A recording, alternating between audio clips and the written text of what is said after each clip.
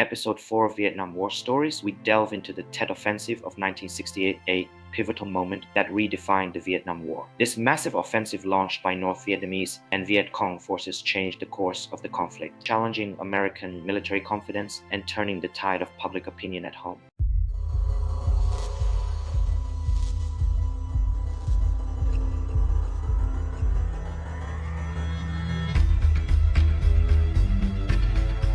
By late 1967, American officials and military leaders believed that they were on the verge of winning the Vietnam War. With over 500,000 US troops stationed in the country, General William Westmoreland and others frequently assured the American public that the light at the end of the tunnel was in sight. But while the United States focused on its strategy of attrition, inflicting maximum losses on the enemy, the leadership in North Vietnam had devised a plan to break this resolve. Their strategy was bold, a massive coordinated assault across South Vietnam, timed to coincide with the Tet Lunar New Year. Tet, the Lunar New Year, was traditionally a time of truce, a time when soldiers on both sides would take a break to celebrate with their families. This moment of calm, North Vietnamese leaders reasoned, would provide the element of surprise needed for their plan.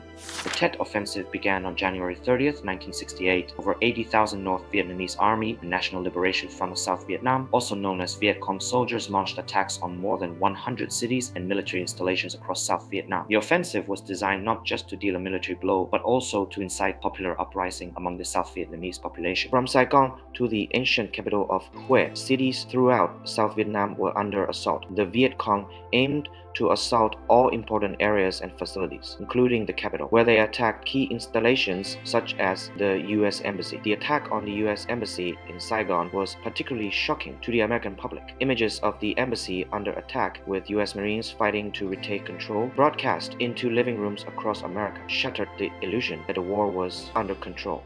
One of the fiercest battles of the Tet Offensive took place in Viet, Vietnam's historic city. Viet was quickly overrun by North Vietnamese forces, the military who captured government buildings and systematically executed people they deemed enemies of the revolution. The battle for Hue lasted 26 days and involved brutal house-to-house fighting. The U.S. Marines and armed forces had to fight through fortified buildings, often facing sniper fire, traps, and determined resistance. The intensity of urban combat was unlike anything the Americans had encountered so far. The recapture of Hue came at a great cost. The city was devastated, with thousands of civilians caught in the crossfire or executed during the communist occupation. Mass graves were discovered containing the bodies of those targeted by the North their association with the Vietnamese government or USS forces.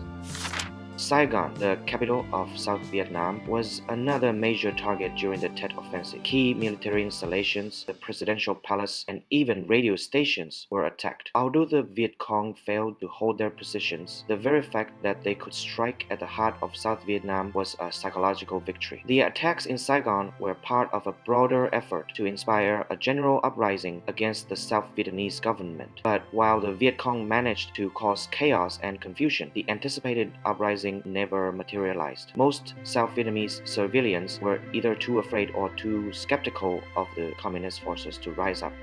The Tet Offensive's true impact was felt back in the United States. The media coverage of the attacks painted a grim picture of the war. Reports from respected journalists like Walter Cronkite began to express doubts about the U.S. ability to achieve victory in Vietnam. Cronkite's words carried immense weight. Known as the most trusted man in America, Cronkite's assessment resonated with millions of viewers. His statement that the war would likely end in stalemate marked a shift in public opinion. The American public began to question not only whether the war could be won, but whether it was worth continuing. The anti-war movement, already growing before Tet, gained significant momentum. Images of fierce combat, civilian casualties, and the destruction wrought by the offensive galvanized the anti-war sentiment across the country, leading to mass protest and increased pressure on government to change its policies.